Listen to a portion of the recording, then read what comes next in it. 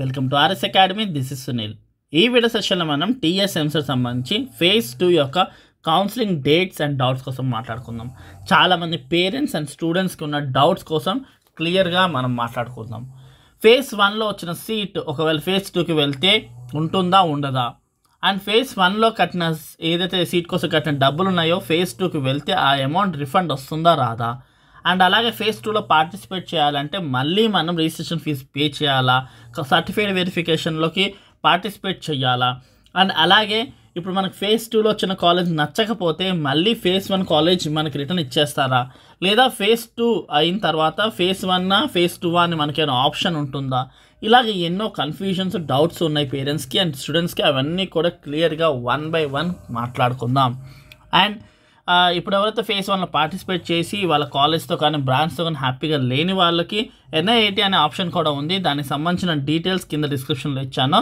Skills మీద ఎక్కువ focus చేసే కాలేజ్ ఇది. సో మిగతా యూనివర్సిటీస్ కూడా చూసుకుని మీరు దాన్ని బట్టి ఒక డెసిషన్ తీసుకుంటే బాగుంటుంది. సో కింద NIAT కోసం ఇచ్చాను. సో హైదరాబాద్ గచ్చిబౌలిలో ఉంటుంది ఇది. కాబట్టి ఈ కాలేజ్ ఒకసారి మీరు క్యాంపస్ విజిట్ చేశారనుకోండి, మీకు ఒక ఐడియా వస్తుంది. అప్పుడు ఎలా వెళ్ళాలి, ఏ రూట్ అయితే కరెక్ట్ ఉంటుందో అనే డెసిషన్ తీసుకోవచ్చు. మెయిన్గా వీళ్ళు స్కిల్స్ మీద ఫోకస్ చేయడం జరుగుతుంది. ఆ డీటెయిల్స్ కింద డిస్క్రిప్షన్లో ఇచ్చాను. క్లిక్ చేసి ఒకసారి క్యాంపస్ విజిట్ చేయండి. మీ డెసిషన్ మీరు కరెక్ట్గా తీసుకోగలుగుతారు. సో సెకండ్ ఫేజ్ ఒక డేట్స్ మనం ఫస్ట్ మాట్లాడుకుందాం, డౌట్స్ మాట్లాడుకుందాం. So online filling and basic information, processing fee, slot booking ఇవన్నీ కూడా మనకి జూలై 26th స్టార్ట్ అవుతుంది. ఇది ఫేజ్ 1లో పార్టిసిపేట్ చేసిన వాళ్ళకి ఇది అక్కర్లేదు. ఫేజ్ 1లో పార్టిసిపేట్ చేయని సప్లీ స్టూడెంట్స్ ఉండొచ్చు, అవేర్నెస్ లేని స్టూడెంట్స్ ఉండొచ్చు, కొన్ని కారణాలతో పార్టిసిపేట్ చేయని స్టూడెంట్స్ మాత్రమే ఇప్పుడు సెకండ్ ఫేజ్కి ఫ్రెష్గా ఎంటర్ అయితే వాళ్ళు ఈ ప్రాసెసింగ్ ఫీజు పే చేసి సర్టిఫికేట్ వెరిఫికేషన్ కోసం స్లాట్ బుక్ చేసుకోవాలి. అండ్ 27th మీరు సర్టిఫికేట్ వెరిఫికేషన్ చేయించుకోవాల్సి ఉంటుంది. అండ్ 27th రోజే వెబ్ ఆప్షన్స్ ఇవ్వచ్చు. సో ఫేజ్ 1 వాళ్ళు ఉండొచ్చు, లేదా ఫేజ్ 2 ఎంటర్ అయిన వాళ్ళు ఉండొచ్చు. వాళ్ళందరూ కూడా 27th వెబ్ ఆప్షన్స్ ఇచ్చేయచ్చు. 27th అండ్ 28th 2 days మాత్రమే మనకు వెబ్ ఆప్షన్స్ ఇవ్వడానికి ఉంది. అండ్ 28th midnight 12 o'clockకి ఫ్రీజ్ అయిపోతుంది. 31st మనకి అలాట్మెంట్ ఆఫ్ సీట్ వస్తుంది. అండ్ 31st to 2nd వరకు మనకు టైం ఉంటుంది కాలేజ్లో రిపోర్ట్ చేయడానికి. అండ్ అలాగే 4th ఫైనలైజ్ చేయాల్సి ఉంటుంది కాలేజ్, ఎవరెవరు ఏంటన్న డీటెయిల్స్ అనేది 4th కాలేజ్ అని ఉంటుంది. మన వరకు మాత్రం August 2nd క్లోజ్, కాలేజ్కి వెళ్ళి రిపోర్టింగ్ చేసేయాల్సింది. సో ఈ డేట్స్ గుర్తుపెట్టుకోండి. ఇది వెబ్ ఆప్షన్స్ ఇచ్చే రోజు 27th and 28th, and seat allotment and 31st and August 2nd లోపు మనం కాలేజ్కి వెళ్ళి రిపోర్టింగ్ కంప్లీట్ చేసేసేయాలి. సో డౌట్స్ కోసం మాట్లాడుకుంటే ఫస్ట్ డౌట్ ఏంటంటే ఫేజ్ 1లో పార్టిసిపేట్ చేసిన స్టూడెంట్స్ మళ్ళీ ఫేజ్ 2లో కౌన్సిలింగ్ ఫీజు పే చేయాలా? మీరు కౌన్సిలింగ్ ఫీజు పే చేయక్కర్లేదు, సర్టిఫికేట్ వెరిఫికేషన్ చేయించుకోక్కర్లేదు. ఈ ప్రాసెస్ అంతా అయిపోయింది. మీరు కేవలం 27th రోజున డైరెక్ట్ వెబ్ ఆప్షన్స్ ఇచ్చేయడమే.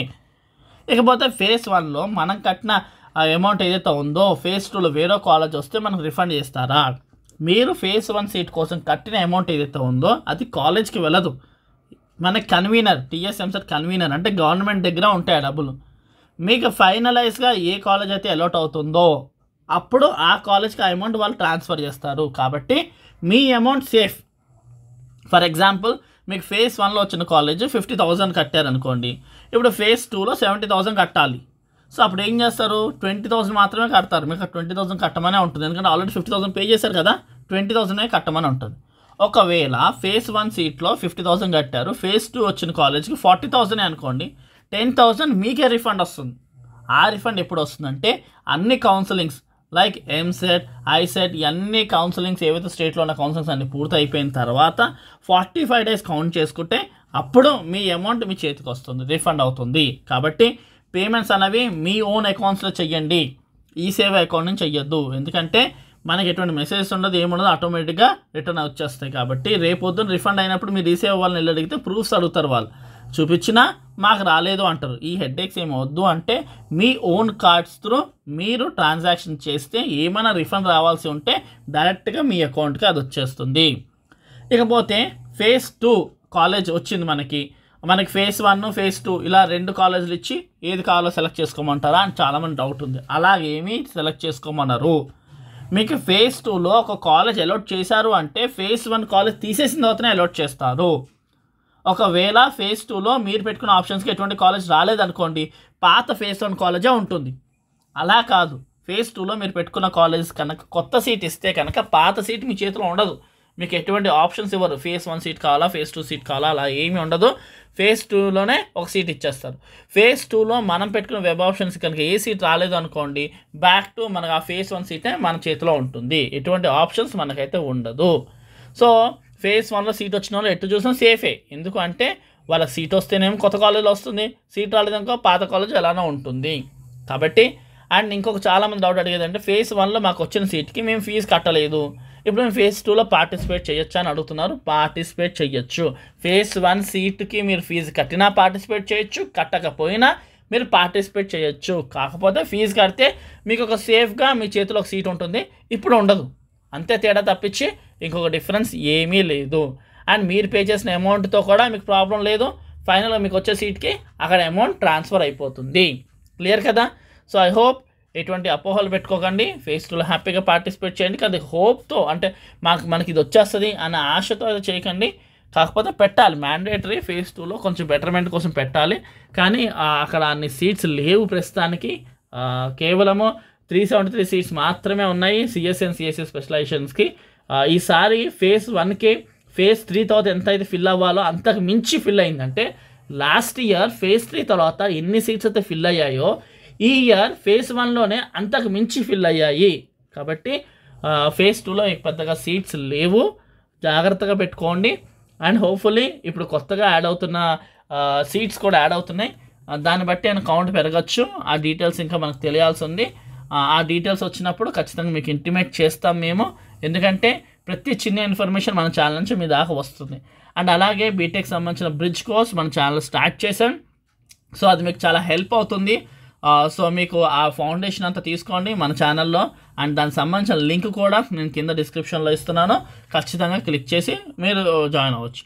అండ్ ఈ డేట్స్ కావాలంటే దీనికి సంబంధించింది కూడా నేను లింక్ కింద ఇస్తున్నాను. అలాగే మన Insta link and Telegram link కూడా ఇస్తున్నాను, వాటిలో జాయిన్ అవ్వండి. బీటెక్లో కూడా చాలా ఎక్స్ప్లెనేషన్స్ వస్తాయి. అండ్ బీటెక్ ఒక కొత్త ప్రపంచం కాబట్టి దానికి సంబంధించిన డౌట్స్ చాలా ఉంటాయి.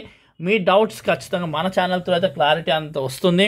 అండ్ ముఖ్యంగా మ్యాథ్స్ M1 సంబంధించి అండ్ కంప్యూటర్ సబ్జెక్ట్ సంబంధించి అండ్ ఫిజిక్స్ సంబంధించి ఎన్నో ఇంపార్టెంట్ ఎక్స్ప్లెనేషన్స్ మన ఛానల్ నుంచి ఉంటుంది. కాబట్టి ఆల్రెడీ మీరు మన ఛానల్లోకి వెళ్ళి ఒకసారి ప్లేలిస్ట్ చెక్ చేసుకోండి, అన్నీ ఉంటాయి. లాస్ట్ ఇయర్ వాళ్ళకి సపోర్ట్ చేసినవన్నీ ఈ ఇయర్ కూడా మా సపోర్ట్ మీకు అలానే ఉంటుంది. కాబట్టి సబ్స్క్రైబ్ చేసుకోండి.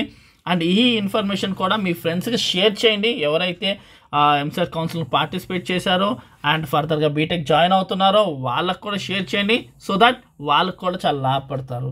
అండ్ ముఖ్యంగా NIT కోసం కింద డీటెయిల్స్ ఇచ్చాం, ఒకసారి ఎవరైనా క్యాంపస్ విజిట్ చేయాలనుకుంటే ఖచ్చితంగా క్లిక్ చేసి విజిట్ చేయండి. Thank you for watching. Do share and subscribe our channel.